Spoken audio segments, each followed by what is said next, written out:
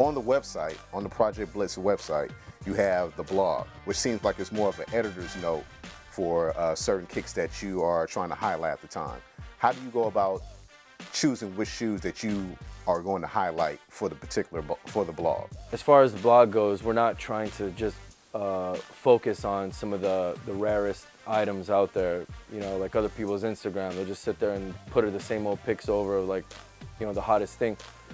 As we start to introduce the audience to the blog, we want to make sure that we have, we're covering all aspects of everything. We want to make sure that we're getting other brands. We want to make sure that we're getting in-demand items. We want to make sure that we're covering older items that have already came out and possibly forgotten, and kind of tap into that again.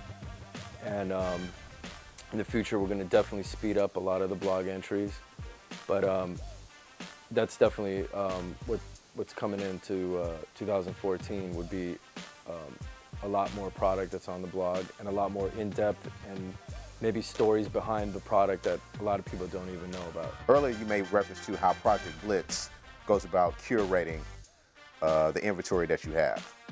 Would you like to be able to speak on your curating process and how you go about making sure that all the inventory that you have stays up to par? Well, there's I mean, I can't really give you all the, you know, tricks of the trade, but, you know, I'll tell you that one thing that I was a buyer before for a boutique at one time, so I dealt with the whole process of buying. And one thing that you have to know when you are buying is you can't always look at something and say, oh, I love this, so I'm going to get a ton of it, because it may not be that your people that are shopping at your store actually want the product. So you're going to sit there with a ton of shoes that you like, that you love, but nobody else does. So when you're curating a collection, you have to blend the things that you like, that you want to kind of influence and kind of teach your clientele to say, hey, look, you're here for the ones that you know you're going to come in for. We know the type of you know, sneakers that your client's going to come in asking for, the one that they're going to get. You know their demographic, where they're from, what type of music they listen to, what's their background. You know exactly what they're going to go for. And then when they're there and they're looking through those, they're going to see these other ones that kind of catch their eye. Oh, there's this style, there's this Air Max. I've never seen this color before. They didn't even know of. So boom, you get that in there. And you know, whether it be from a region that they didn't sell over here, abroad, and you kind of being able to inject it or infuse it into. You're being able to infuse it into them, so they're kind of broadening their horizon, like opening up to new styles, new different types of runners. And at the same time, you know, the same thing goes with Jordans. You may love one model that nobody else likes, but you know, if you bring a good amount of it in, and you can kind of like, you know, put it together with other ones, it'll give people a more reason to go out and like venture out into new styles. So I think that one big aspect of the whole curating process is the fact that you're able to balance exactly what you need for your business and exactly what you're trying to, you know, offer to your client to broaden their horizons.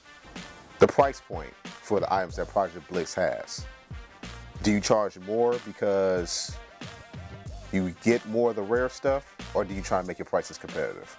I'm gonna give praise because you know, what a lot of people do is they go out and base their prices based on Flight Club New York, which has been the longest running and first major consignment store in the U.S. You know, they've maintained a great clientele and a lot of internet traffic, and a lot of people have used them. You know, looked at their pricing and said, hey, I'm gonna price it less than them. But you know, we're here to not necessarily go off other people's pricing, because they're a consignment shop. Anybody can go in and put some shoe up for $5,000, and it doesn't mean it's worth $5,000. Very true. Or you could go get a quick sale and put something in for $100. It's actually worth, you know, $250, and someone will scoop it up quick. So where does the real you know, market lie? And I think that only comes with somebody that someone that can like create a gold standard, and that's what we're doing, and we're trying to create this. It's kind of a little bit of a complex algorithm, but you can kind of create this entire like price that's going on, because everything fluctuates. Doesn't matter what it is. It's orange juice or gold. It's always going to go up or down.